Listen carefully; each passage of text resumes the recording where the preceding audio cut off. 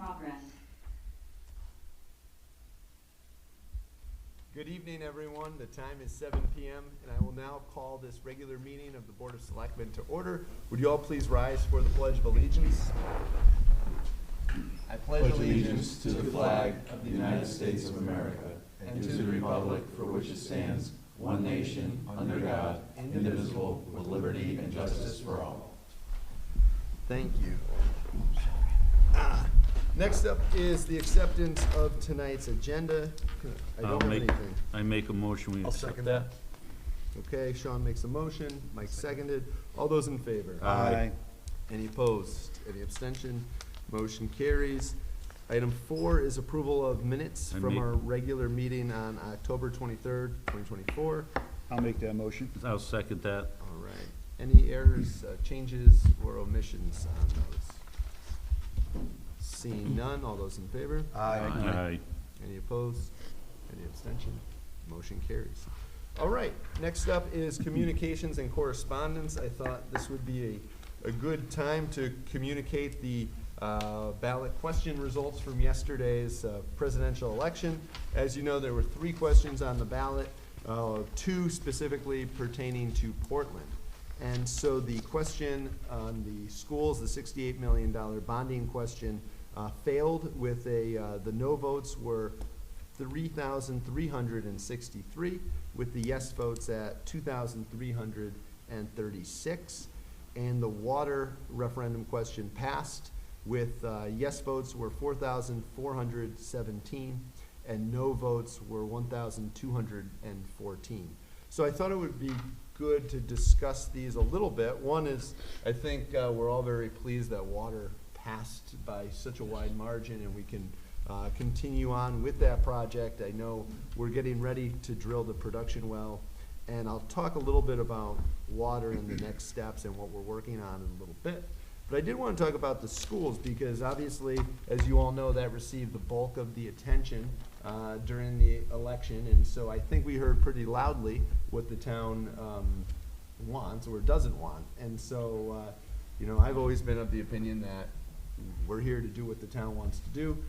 The vote was, I think it's 60% no, 40% yes. So that's a pretty strong indication that, you know, I personally feel it was probably too much. It was probably too much in a dollar amount, and also probably too much change, I think, for the residents all at once. And I think, although initial feedback told us that that was a popular option with the survey, when the town spoke, it didn't turn out that way. So the next thing is figuring out what comes next. And I did have a conversation with Dr. Britton this morning, as well as the Board of Ed chair today as well. I spoke with Laurel, and I would like to open up the floor, but I think it would be helpful for us to have a special joint meeting of the Board of Selectmen and the Board of Education to kind of get around the table and kind of digest, you know, where we're at and talk about, you know, next steps. I know I have my opinions on what I think we should do going forward. You know, my opinion is that the $33 million was likely too much to spend all at once for voters, and decommissioning 2 elementary schools was likely too much as well. And so, but you know, I want to hear what you all think. But yeah, so I'll open it up. Jim, you want to start with you, since you're looking at me? Well, now, I won't make that mistake again. No, I think we have to take a little bit of time and digest, and I think listening to what we hear in the community, which I think we all try to do. I know I spoke with some folks last night, you know, afterwards, you know, there was definitely still some confusion about the plan itself. You know, I think it always surprises me how much you can talk about something and then you still have folks that don't or haven't really heard a lot about it. You know, we because the environment we're in, we live and breathe it, and you can always remember that a lot of the voters don't. You know, they have a lot of other things that they're tending to. So whatever we do, we need to do a better job of communicating it. We need to leave ourselves enough time to communicate it before we vote on the referendum, and hit blackout period, where we need to start being, where we need to kind of be a little bit quieter about it. We need to do much more communication up front before we get to that. I do think a joint session would be useful. Okay, thanks. John, do you want to? I told somebody today in a conversation, it's like you read my mind. I said we need to have a joint session. You know, you can go back to the summer of '23. I don't know if you read the minutes, how many times I've used the word communication and education. I just don't think we did a good job of it. My motion, and I understand the bond commission, others said that information can go in there, but you know, that comes back to the time clock. We reached a point where we couldn't put that information out there and talk about it, and I think a lot of people, they're not necessarily, I don't know if it was necessarily a money issue as much as a lack of information issue for people. And with that information, I've been saying since day one, we gotta educate so they can make an educated decision, and I might personally feel that's a lot of what it was, but I completely agree with you. We have to sit down with the Board of Ed. We have to, you know, take off our egos and leave them at the door and have an open and honest conversation about what's best for everyone in town. Mike? Yeah, I agree. I think the information didn't get out there like we thought it did. A joint session would be great because we do need to discuss this now. This is a huge deal for the town.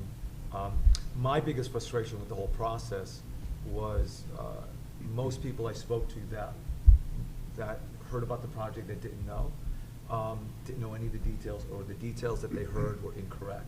So most people that I think voted no based on they didn't know enough about the project, because that's a big, scary number. And I think had we had more information out there, either with educational sessions, question and answer, there would have been a lot of people that wanted that. That's all I've heard over the last couple of days, is that people wish they knew more about it, more details. They're not going to click on links. They want to hear it from someone. They want to ask someone questions. So we need to do that, whatever the next steps are going to be. So I think we could have done a better job of that. Okay, so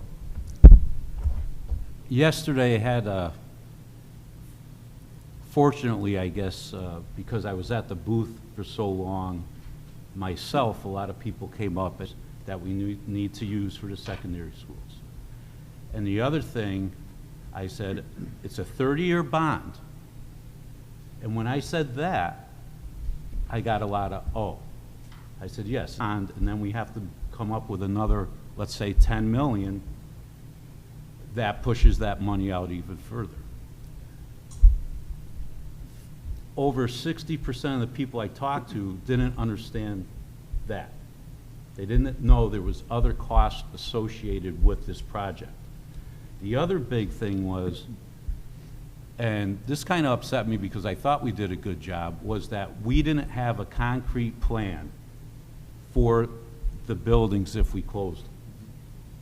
And I tried to explain to people that our task, or the charge of the commission, was to come up with what possibly could happen, or recommendations that the town 2, 3, 4 years down the road could use. I don't necessarily think it was, I think it was what people wanted to hear, and how much they wanted to research what they wanted to hear. And John, I'm with you 100%. It was all about educate, educate, educate. Even in some of the presentations before this went to referendum, I was getting phone calls on some of the numbers that were used. Didn't seem to add up then. I just feel that the $33 million was a big hit to our taxpayers, and I think we need a joint meeting. I think we have to sit down. We have to look at our buildings. We have to look at them, like Bobby said to me earlier today, like we're buying 3 houses. Which house is going to be the least amount, cost us the least amount, or the most amount of money to repair, and then go from there. And maybe it's the 2 school scenario, the closing the 2 schools, that is throwing people off. But we need to work with the Board of Ed. I don't think we have time to sit back on this. I think we have to get with the Board of Ed. We have to get some time of a committee together again, and we have to have clear-cut path of what we're going to do. But I think we really have to keep in mind that 33 million plus, plus, plus. That's all I got. Bobby? I agree with what everyone said, especially Sean. I think the numbers were scary to people, the 33 million. And then that didn't include the high school, middle school that was coming down next. Other town projects, the sewer plant, that would still be, before that 30-year bond was paid off, that is gonna need tens of millions of dollars. And I don't think we can wait too long before we start making decisions on how to move forward. Because we know the longer we wait, the more expensive stuff is. We need to decide what we're gonna do, schedule capital improvements to the buildings that we're keeping, if anything does close, and we just need to hit the ground running and not wait and slow play it. We need to take this momentum and move forward. Can I add one statement? Sure. I think, getting back to the communication, the education piece, we shouldn't hope that people are watching the meeting or reading the minutes. We have to be proactive, and I think what we need to do is, with everyone, whatever we decide, I think when we set up this meeting structure, because it's gonna be more than one meeting, it has to be. I think from every meeting, we have to have a bullet list, a one-page list of outcomes. We have to publicize that and make that available to the public to the greatest extent possible with every meeting we have. If people don't want to actively go out and look for the information, if we have to spoon feed it, that's what we have to do. Right, I think that information has to get out there, because I truly believe that Process to move this forward with a plan in place. There are things that would have gotten done on the schools that need to get done in the elementary schools, today, without having to spend like an interim amount of money. The longer we wait, there are some things with students in those schools we're not gonna be able to wait to do. We can't wait, a year for a plan right. and then start the clock in the building, because then there's gonna be money we're gonna be spending that will be in addition to that plan. That's why I think Yeah. time is of the essence on this committee and, decision-making. And like John said, put the egos aside. Like I said before, like John even said, and you all know I'm on camera a few times, I wasn't in agreement with this to begin with, and I always said we have to do what is good for everyone in this town, and that's what we have to look at again.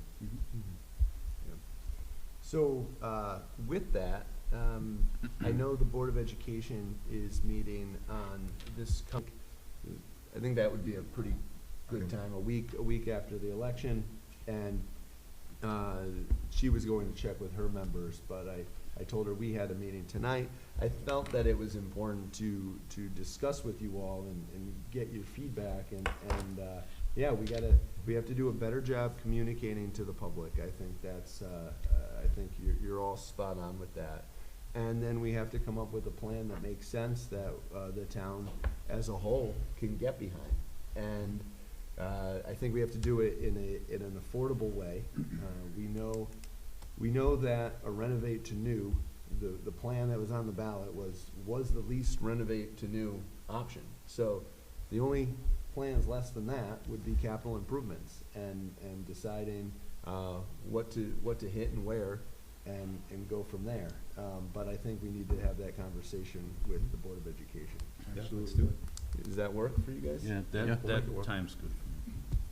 Okay, so 6 pencil o'clock. that in, Sharon, for 6 p.m. on Tuesday, November 12th. Where? It would be at the library, or the media center at the high school. I don't think we can all fit here. All right, so I think that's great, and I thank you all for your feedback, and I want to thank all the voters as well, because we had, and it hasn't been officially confirmed, the registrars were still working, and the poll workers were still counting hand votes and whatnot when I left town hall at 5:36, and I think we had over a 91% voter turnout. So there, 91, so but I asked them, I said I had a board meeting tonight, I'd like the final numbers, but they're still working, so. But about 91 at least, I think, so it's pretty good. All right, so we'll move on to item 6, which is public comment. You know, Andy, I know you wanna cede the floor here. All right, Ben, you're up. Name and address. Ben Serb, 139 West Cotton Hill Road. I think it's great that everybody's talking about it. I'd like to start off by saying I guess I should have been more involved from the beginning on the school project. I'm not sure why we went that path, but obviously the voters have spoken. I think they've spoken overwhelmingly. 60% said 33 million too much. Closing 2 schools, no. The reality is a lot of the hard work has already been done. They have figured out a way, the Board of Education figured out a way, we can shift 6th grade, I think regardless, and I'd like to go to that joint meeting, and I hope you can have public comment at that one. I would just ask that. And before I forget, if you do another committee, I'm going to finally put my name, I said I would stay out of all this stuff, but I'll put my name in that committee and do my best to help both sides so we can come up with something that works for the community that we can afford. But I do believe a lot of the work's done. They put on the record that we don't physically need Valley View for the next 1 to 5 years. During construction, we could close it, so we can still do that. We can still shift 6th grade. I think we should do that no matter what. I think we should consider closing the easiest because all the paperwork's done, everything's done, the schedules are done. I did also speak with Dr. Britton. We had a nice agreement that if this passed, I was going to work to make that $68 million school the best school in Connecticut and try to get a little more gym space, try to fix the deficiencies because it wasn't a finished plan. And a lot of the voters knew that. And that was one of the reasons that a lot of the voters didn't like it. We didn't know what was going to happen with the old schools. This school simply wasn't designed correctly. Then people tried to say, oh, it's fluid. Stop. It's 68 million. The number's based on square footage. Doesn't matter. This is where we are now. At the end of the day, something needs to happen. I do believe you're right, Ryan. On maintenance, we're going to have to go down that road. But I do believe we can also close 1 school. During that survey, I believe it was 89% said close a school. Wasn't that the number, give or take? So I think that was what you said in one of the meetings. 89% of people that took the survey said we could easily close 1 school. So I don't know if that, I honestly don't know if that was a question. okay, that's what I thought I heard. So reality is we probably should close 1 school. We can get the immediate savings of the approximate $600,000 a year. We already have a plan in place to close Valley View. If that was to happen, we could then look at the needs at the other school and potentially a couple things. Either stagger. I come up with somewhere without any reimbursement, and some of the items are reimbursable to an extent from the state. I come up with about 20 million. I've gone through the list. If we were to do everything except Valley View, and I'm talking everything, what can people afford? I had more people calling me saying they were going to have to leave Portland when their taxes were going to go up. They were scared, they were upset. I'm up here just speaking as a resident that loves this town, we want to get it right now. At the end of the day, you guys are definitely on the right path. Please pay attention. The voters, 60% said, no, we need to fix what we have. We need to move forward as a community in a fiscally responsible way, and hopefully there's money left over for capital improvements along the way.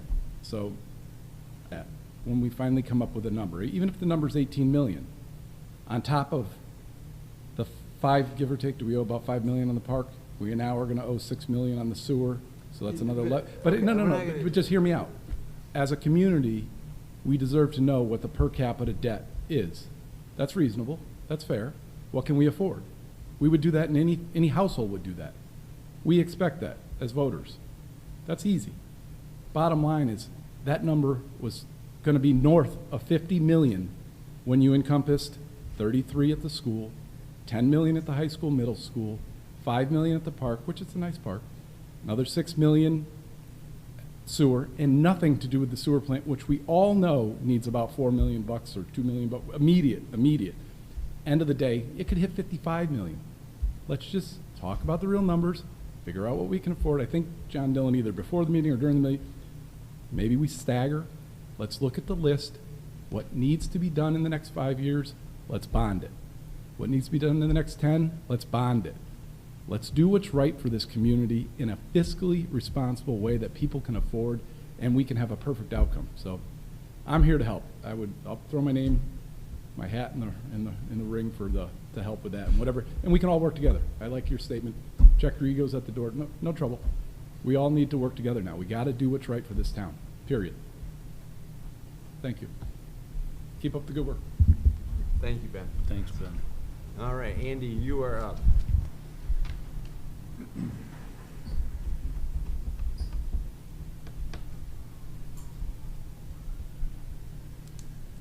Thanks, Ryan. Andy Bauer, 256 Old Marlboro Turnpike. Before you as chair of the Clean Energy Task Force, I just wanted to throw in a plug for the upcoming Solarize campaign. I'm probably tomorrow going to sign an MOU with Earthlight Technologies for this campaign. I'll do that on behalf of the task force. Basically, a Solarize campaign is a group discount. So what we're going to do is start off, anybody who signs up for solar with Earthlight through this campaign will get a $500 discount off the price. If we get 10 people to sign up, and I should backtrack a little bit, that's with a 5 kilowatt system minimum.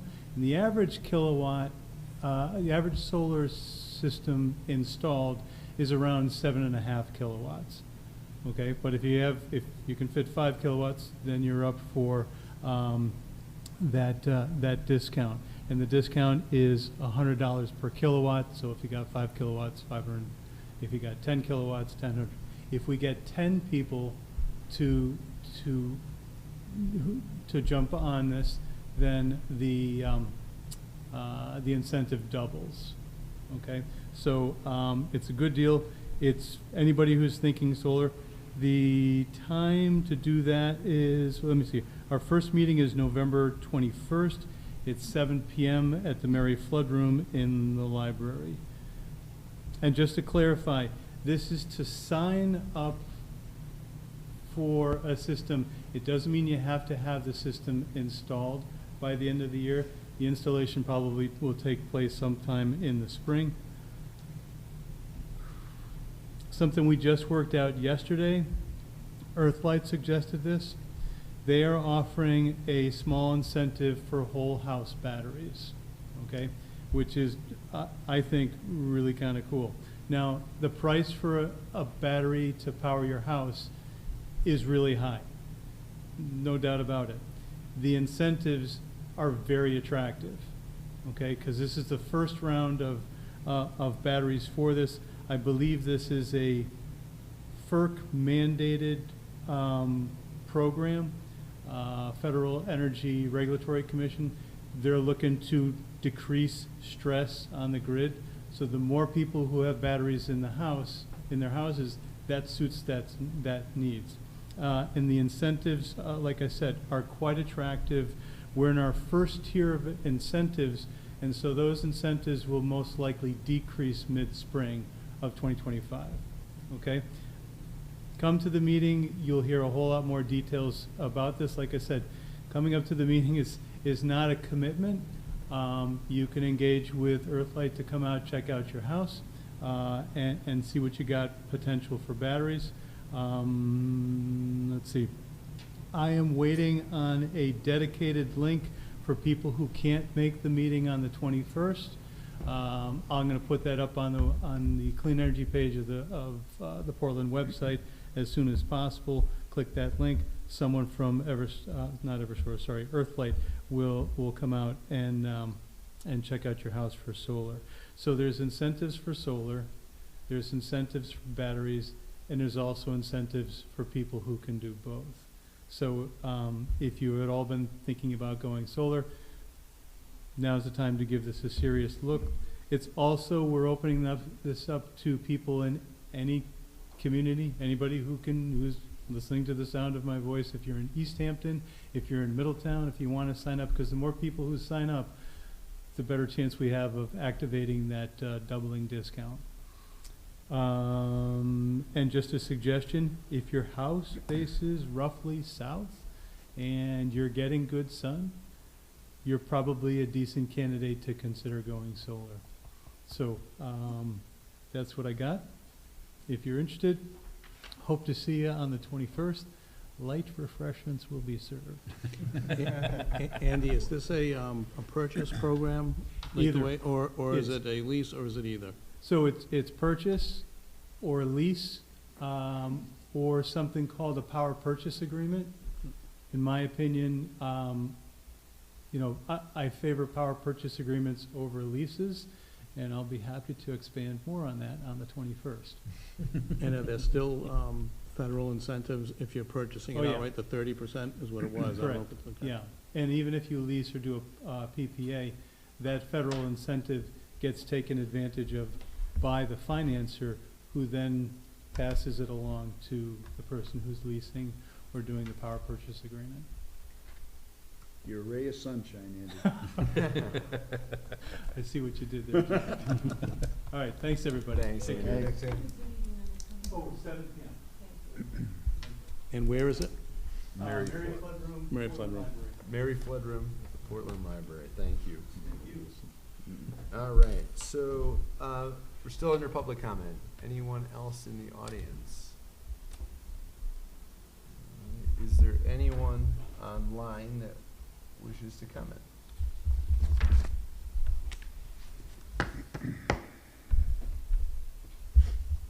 No? Okay.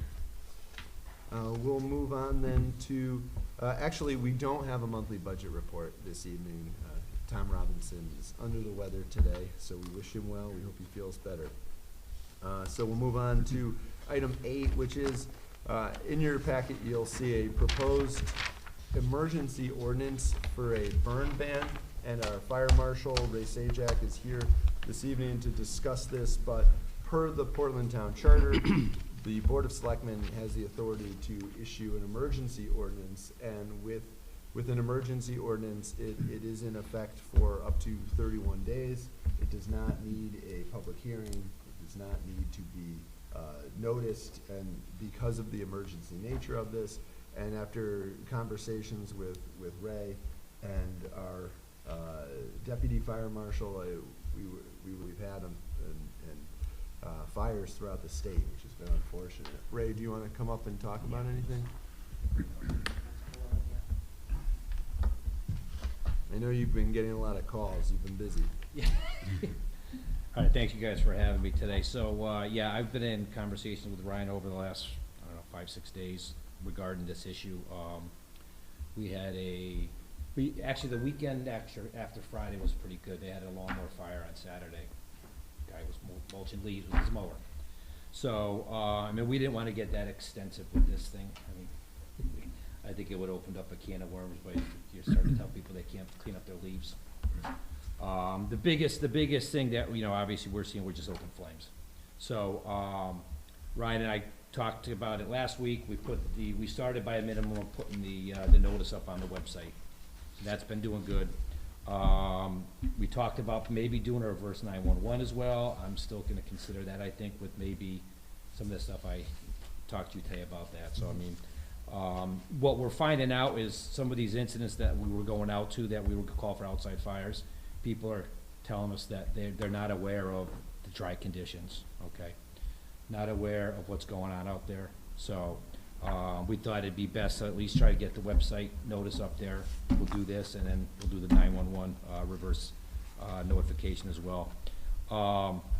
So we put this together this afternoon. The only thing I would probably say is that the only typo I saw here was in that first sentence, dry. I think if we say just due to extremely high fire danger in our area, we could just make that change. Semi-dry. Due to extremely dry, high fire danger. I think the original was just due to extremely high fire danger. Huh. So, I get, it's dry, don't get me wrong, but I just think it kind of doesn't flow properly there. Yeah. But we have been talking about an ordinance anyway, and I forwarded some stuff up to Deep about a month ago. And we just have to make those changes. We will have our own ordinance as well, but we felt that this had to go out on an emergency basis. Mm-hmm. And basically what we're doing is just piggybacking the general statutes with regards to the fire department and, you know, we can actually, to prevent fire or danger, we could extinguish the fires. So it's basically just gonna, get back to open flames, brush fire, chimneys, all that kind of stuff. We didn't wanna get into grills and stuff like that, because, you know, I cooked on my grill tonight, right, but it's gas. You know, and even something with a charcoal brisket thing, you're contained at least, you know. We're just asking people not to dump stuff in the yards and stuff like that, but, and the same with the lawnmowers, we weren't gonna go down that road as well. There's been several fires, even today, Middletown, Wallingford had lawnmower fires. So, you have to be mindful of when you're mulching these leaves with your power equipment, because obviously, the leaves can't catch fire. You know, with the exhaust and so on and so forth, so, yeah, we just thought this would be a good thing to have, so the fire department can act, you know, and properly when they're going out to these calls. We had 2 Friday that were burning demolition material, which is prohibited anyway. And we normally, I send the letters out anyway when we go to those calls, and then on, I think Friday night, around 10:30, they went out, they had someone burning a mattress in an oversized fire pit. So people aren't really thinking, you know, much about what's going on out there, I guess, but with that said, I'm just hoping you guys could support this ordinance, and then we'll get that our own ordinance put together for the outside, fires, and that language will be clear, so. I just have one Yeah. question. Is this, if somebody goes against the ordinance, is it finable? Well, so, basically what we're gonna have to do is just extinguish the fire. If it causes damage, then obviously we would have to have the police involved, and now you're looking at reckless burning and stuff like that, so, you would hope that people would heed the warning here, extinguish the fire. In the event that someone's burning and we find out that it was something they shouldn't have been doing, then obviously if it causes damage or further, you know, investigation, we would just have the police get involved. And we don't have any power of, you know, issuing fines. That would have to be some statutory, you know, requirement that would allow them to do so. We don't have, the fire marshal's office years ago, we can adopt certain things and fine, you know, certain statutes, but we didn't go down the road because we would have had to get citations. And you're acting like a police officer, and it's something that's, Right. we really don't want to get into that, so. But I think this is something good. I think it's something to start with the conditions that we have out there right now, so. Thank You guys can support that, and thank you. Thanks, Ray. Appreciate it. Anyone have any questions on this? I think it, so this is all open burning, in regards to all leaf burning, burning of brush, use of fire pits and chimeneas, and cooking outside of a listed appliance without exception. So those are, And cautious use of lawn equipment, too. Yeah.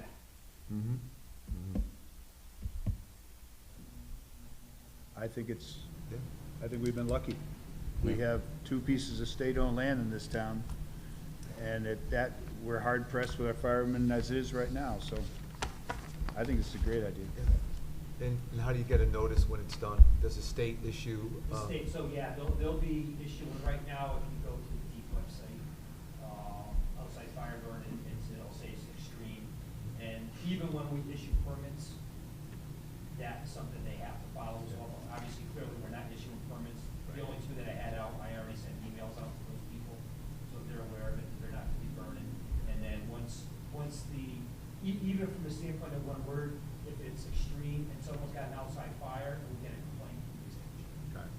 So that's kind of what drives the whole thing, it's just the state issuing those. Extreme is the worst, obviously. Extreme, high, low, or moderate, I'm sorry, and low. So, Cool. yeah, so this is all, but we're basically piggybacking the state statutes with burning and stuff right now. Sounds good. Do you need a motion for this, Ryan? well, yeah, if you want to move, you can probably waive the reading if you want. Yeah, I'll make a motion that we adopt the emergency ordinance for the town of Portland, Chapter 8, Fire Prevention and Protection, and I'll waive the reading. I'll second it. All right, Jim seconded. Any further discussion on this? Nope. as I mentioned, so our emergency ordinance power is good for 31 days from the date of issuance, so from today, which I believe would put us at December 7th, from when I looked at it earlier. So, or until the fire marshal deems it's no longer. Correct. Yes. Yep. So, call for the question? All those in favor? Aye. Any opposed? Any abstention? Motion carries. Thank you. All right, the next item in your packet is, I printed two proposals. It's been some time, it's been 10 years since fees were adjusted or looked at our animal control division, particularly our pound. And so I think it's a good time to take a look at that. I put in two potential recommendations that we could adopt if this board chose. If you notice anything that is highlighted in blue, that is per state statute. So we can't change anything in blue, but anything that is in white would be able to be changed. And after looking at this, I have to tell you, currently, if a dog is impounded, we currently charge $7 a day while that dog is impounded.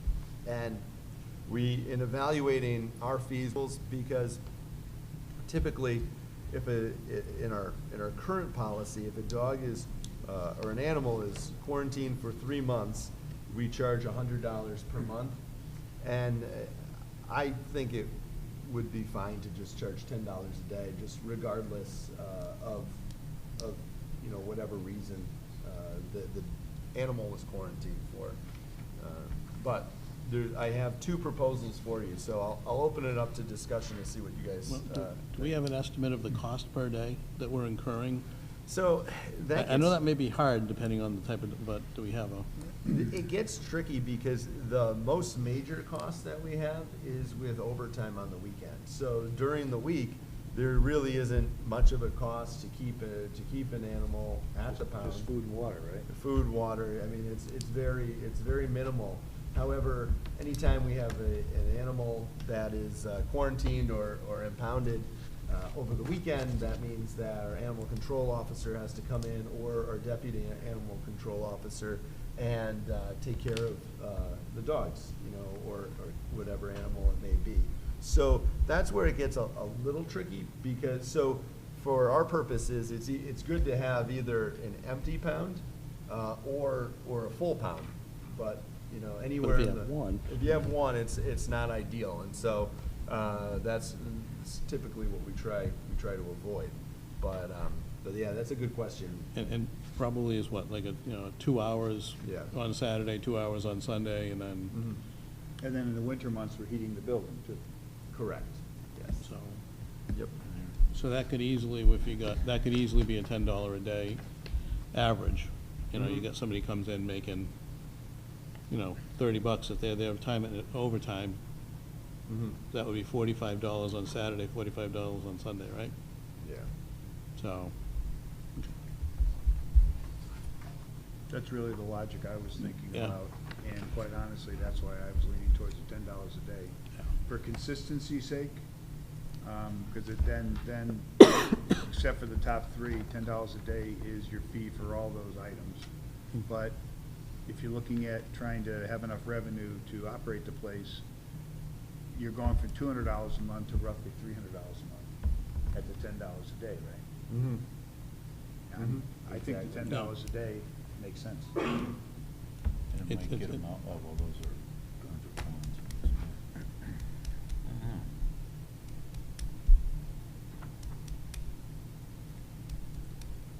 you looking for a motion, or Well, do we have more discussion, or? it's up to No. you. It's up to you guys. Whatever, I'll make a, Whatever the majority wants. I'll make a motion that we adopt the fee schedule for the Portland Animal Control Division that would change the proposed 2024, 2025 schedules to be $10 per day when the animal is impounded. I'll second that. Or quarantine. Yeah, or quarantined, yeah. I'll second that. Great. All right. right, any further discussion? All those in favor? Aye. Any opposed? Any abstention? Motion carries. All right. The next item in your packet, I know Bobby wanted to talk about this tonight, and this is a discussion on the Blue Earth pilot composting program that we've been conducting now since, for over a year now, I believe, right? I think it was 2023. Yep. When we, summer of 2023 is when we started the composting program, and Bobby reached out to Ryan O'Halpin, and Ryan provided the figures of how much we currently spend per month on composting, and then you see how much people are using per month. And so I think for the last 15 months, we have collected 22,900 pounds of compost. And we've paid $4,087.48 during that time, which comes out to, well, that's the total. And so according to Ryan, we're currently paying $357 a ton to Blue Earth to compost. And if we were to not do this program, Murphy Road, we could ship the municipal waste to Murphy Road at $110 a ton. So we're paying a premium of $240. Feel it's worth doing for, I mean, it's a small group of residents that's participating in it, and we're paying 3 times the amount we normally would to dispose of it. Yeah, I mean, I understand offering certain things to the residents. But I mean, I also know how much $4,000 can go back into the town. We're saving whatever our savings is of, what? 2,877, I Yeah. just did the number. Yeah. And to me, I think when you're considering your fuel cost going to Murphy Road as it is, that's money you're saving going in back into your, just taking one line item. Well, they pick up this. We deliver. No, I know, but what I'm thinking, I understand that, Ryan, but we're saving, we're putting fuel in the truck, right? So I'm just using that as an example. We're saving what was that? 2,877. Right. Is the difference. Is the difference. Within dollars. I just think I love programs if that helps people, but I think you gotta look at the cost factor. That's just my opinion. And I think we when might we're get 3 times as much. some letters. It's outside of the transfer station, so you don't need a permit or a transfer station permit to get into it. Any resident can participate in it. So we don't know who's using it. All we know is that it gets about, I would say on average, about 1,500 pounds a month of compost. Right.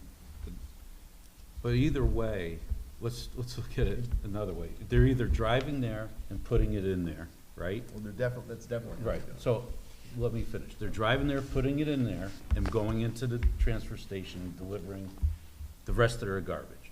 And they're saving on the compost. Or they have somebody picking up their trash, and they're taking that out of their trash and they're bringing it there. So either way, they're paying to get rid of their trash. Because we don't burn trash anymore in this country.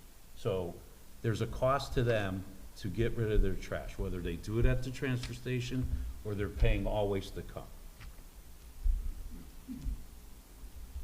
But the program it's designed to encourage people to compost. So, I mean, that because of the cost because of that, I think, Sean. But, I mean, yes, that is correct.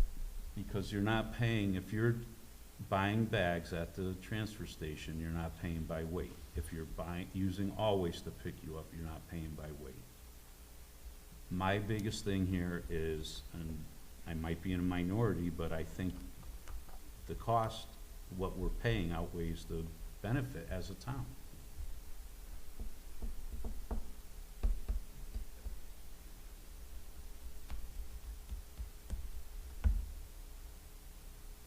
I mean, it's So up to you guys. I'm not as familiar. What happens with the compost after basically it's the material's taken away, right? And Blue Right. Earth is basically, Yeah. so they're doing whatever they do with it. So Right. Blue Earth converts the compost to energy. They bring it to a compost to energy plant. I forget what town it's in. It's but like it's in- Southington or something. It's in like Southington, yeah. So then they do actually make money by turning it into energy, and then they do sell the energy. So, Well, the other thing I guess we could try to do is maybe negotiate to bring the number down, which is, aligns better with what we would pay to. Because I don't have a problem with the program, it's the price of the program. It's, Yeah. and That's I'm all the it is. same way. It's Any just, way we could negotiate them down to a cost neutral thing? that's what I'm thinking. it would be, if we had a public works director right now, it would be tough. I mean, that's the only, and that's what I told Yeah. Sean or Bobby earlier was, you know, I think that if we want to end it, we just want to pick a date. We don't, you know, and we tell residents that it would be ending at a certain time, you know. So at the end of the year, it could end at the end of December, or we could pick another time period. We did budget this year, so we could end it at the end of the fiscal year, or we could, I mean, it's really up to you guys. To me, if we're budgeted, right, and it's actually probably a good program for how people wanna use it, but the cost is out of whack. So probably the first thing is, let's see if we can get an adjustment on the cost. Right. And if we can't, then we can look at then we can look at making a change. I think this is one of those things we're doing, we started doing it not for the cost, but for the environmental benefit and Yep. for the townspeople. But now we have an understanding of the cost, and I think rather than just shutting it down, I think we have to Yeah. make an effort to try to make it as cost neutral as we can. Right. Especially if they can make a little money on it on the backside, Yeah, then, exactly. Well, that's the thing, they charge us to pick it up, and then they get paid to make electricity out of it. Right. So it's a double benefit for them. That is true. Right. That is true. So I think you're right. We're budgeted, Jim. Let's see if we can get a Better a price. better price when we hire a new public works director. And if that doesn't work, we'll end it, if everybody's in agreement, we'll end it at the end of the fiscal year. I think that's a Yeah, good I can idea. go with that. Yeah? Is that good? I'm good with that. Yeah. All right, so we'll move on to item 11, which is our approval of our meeting dates for calendar year 2025. So in your packet, you'll see the schedule.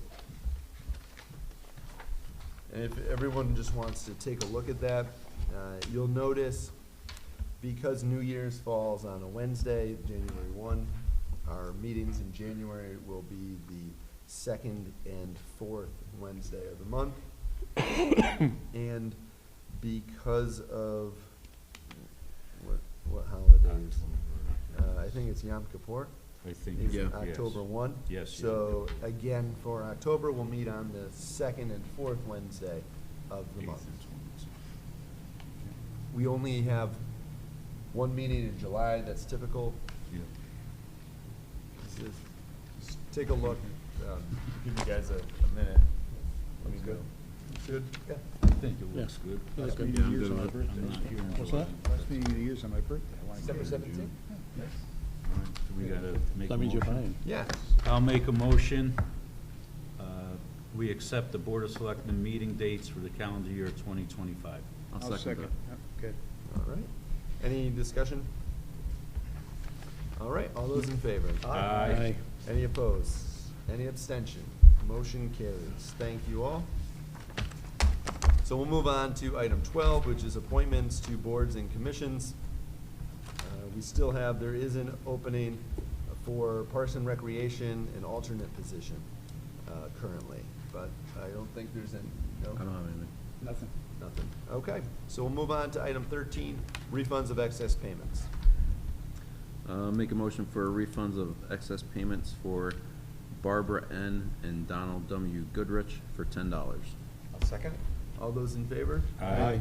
Any opposed? Any abstention? Motion carries. Motion for a refund of excess payment, Raymond A. Bankowski Jr., $49.02. Second. All those in favor? Aye. Any opposed? Any abstention? Motion for a refund of excess payment, Manic Maya, $71.08. Second. All those in favor? Aye. Any opposed? Any abstention? Motion carries. Thank you. Thanks, Bobby. Thanks, Mike. All right, we'll move on to status and committee reports. I have some updates today. I'll just go through them. You may have seen, I posted about it today, that Public Works installed. I want to thank our Portland Police Department for an increased presence on our back roads as well. They know they've got a lot of ground to cover, and they're doing a great job out there.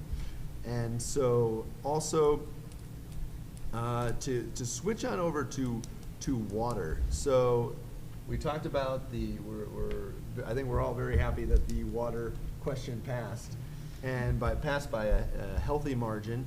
And so you may have seen the monitoring wells were installed at the Portland Recreational Complex. They finished installing them last week, and it was very successful.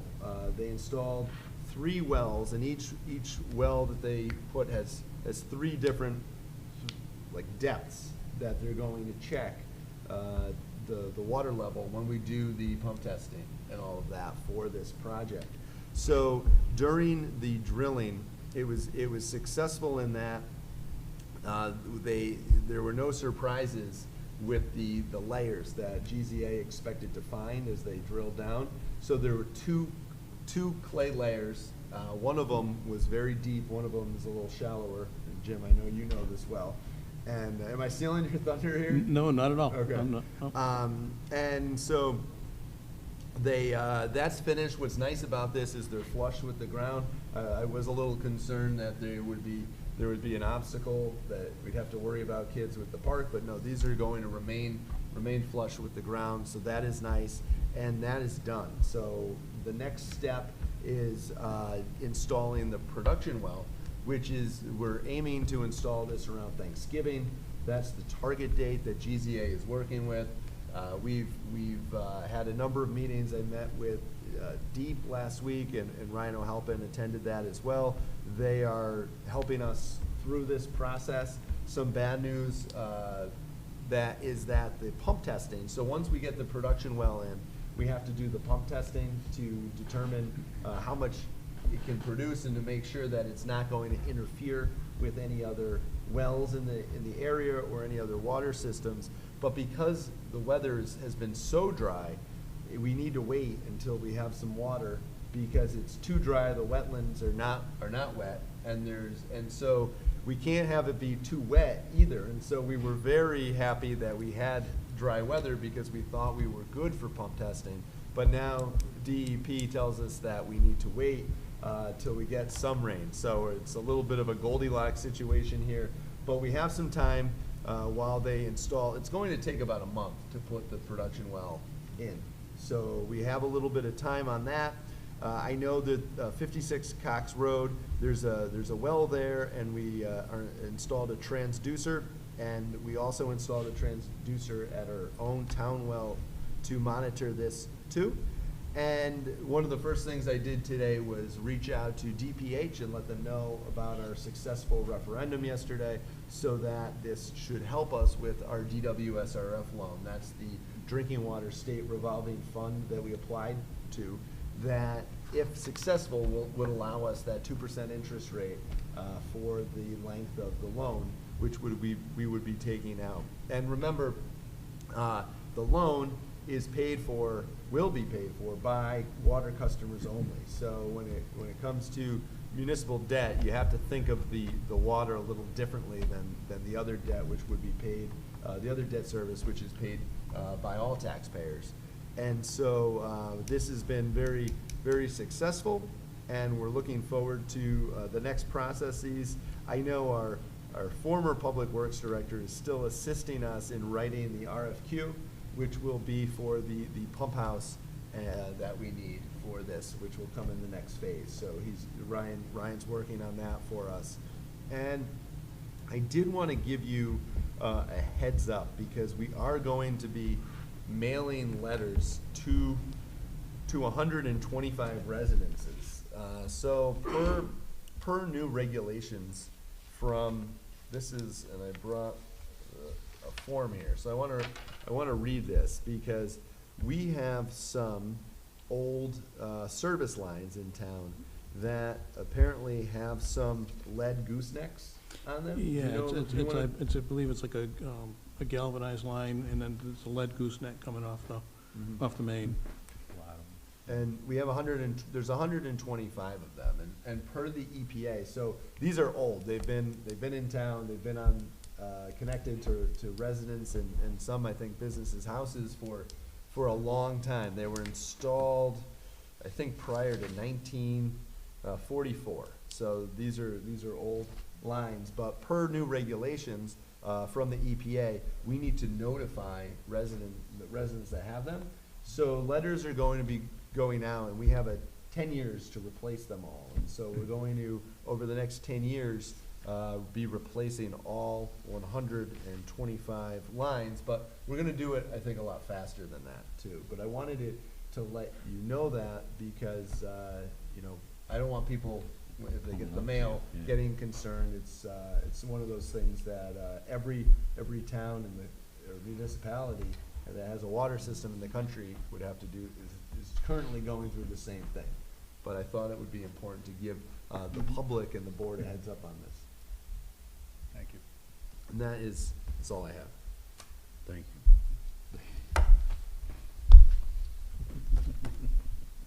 Anyone else? Really, I mean, well, the Board of, Parks and Rec and Water and Sewer next week, so no big update there, just other than appreciate the voters and the support of the water project. It'll make a big difference for us going forward. Absolutely. All right, so we'll move on to public comment again. Is there anyone in the audience? Anyone online?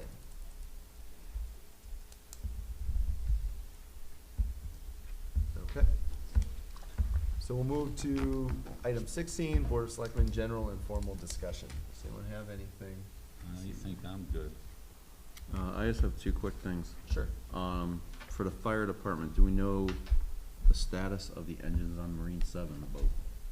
I actually have, our fire chief reached out to me yesterday and wants to meet on Marine 7. And so to update me on it, we have a meeting, I believe I think Friday. And we're gonna try to meet on Friday. So I should have something next meeting. Okay. And the police cameras, the license plate scanners. I don't have anything on that. I do want to follow up with the captain on that because I know it's funded. We want to get those up. So, but no, I don't have anything. I haven't forgotten about it, but we want to get those up. I agree. Okay. Thanks. I'm meeting with Scott on Tuesday on some other matters, and I'll mention it then though. Okay. And I think the only question I had was the nature, but there were two that were significant. Do we know if they've started implementing anything to go after those, or do we know if they're at least getting a plan together for how they're gonna go after those? Thank you, Jim. Yeah, I was working on that today. I spoke with Ryan O'Halpin about that. I believe we're using Burns Construction for the leak that's on Main Street. That was the larger of the two leaks. The 40,000? Yeah, we had to go out for that one, but we should be able to do, the other main one was 254 Airline Avenue. I just reached out to our water supervisor today to ask for an update on that leak though, and we want to get that taken care of. So we're on it, and so we'll be able to do that one in-house. No, excellent. Yeah, that's kind of what I was hoping. Okay, Yeah. thanks. Yeah, I'll get you a status. Next meeting, they both should be done. Let's put it Yes. that way. Anything else? I have one thing. Don't say anything. I'm not. It's between this and the follow-up items. We've been talking about, the review of the town charter. Can we schedule that sometime in the future for us to discuss it? Then you want, sure. I know we've talked about it in the past and it's gone away, bigger topics have come up, then we talk about it, and then something else big comes up and, you know, whether it's something that we wanna look into and whether the town does it or doesn't, but, you know, that we discuss it. Yeah, I mean, we can review the town charter if you want at our next meeting. We can, is there something in particular that you would like to discuss, or do you want us to? No, review it? it's just, it's always on here, so. It's always on as a follow-up item, true, and so, you know, we've talked about, you know, if we wanna change the charter, you have to get a charter commission, Mhm. Right. put that together. I was just gonna ask, do you know when the last charter review committee was? 2004, something I like that? believe 20 it- years ago, wasn't it? Yeah. Well, that was the last time we adopted the Right. charter. There was another, charter commission, after that, but Like maybe it was. 10 years There, ago there or were no something? changes There were no recommended at that changes, time. yeah, at that time. Yeah. It's definitely it's on as a follow-up item because we all agree it's important. Mhm. And so, yeah, I think that perhaps, I mean, we can make recommendations to the charter commission, and then they can do what they want, you know, and then we can approve or deny those. Well, and it, send it, those to- it just seems that lately at a lot of our meetings like this with the animal control, Mhm. that was 2014. Mhm. When we did the spending, what was that? Interesting. 2004, that was You 20 know, years Yeah. ago. we keep updating stuff that's 1 or 2 decades old. Well, that's what we're trying to do. I'm Yeah. trying to. Well, update- that's why I'm saying, that's why I think we should look at this and Yeah, just yeah. Yeah, no, I keep agree. updating every I day. agree, yeah. I think it would be. You wanna do you wanna level set everything at the same time, I would think. Yeah, I think if we're going to do a charter review, I think it would be very helpful, because it's a large document. Mhm.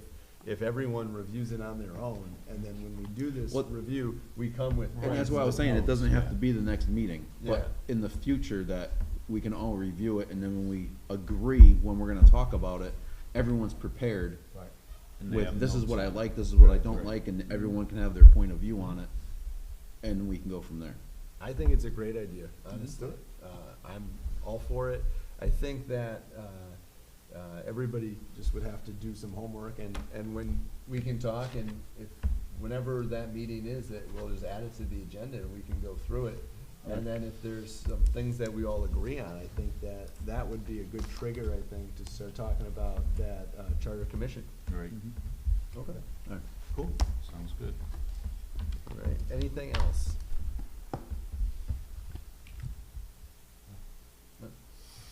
He's just getting ready to make a motion. I was gonna say, Sean, you're up.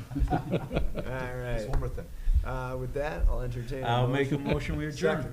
All right. I did. Mike Pelton. Enthusiastically, by the way. Have a good night, everyone. Thank you.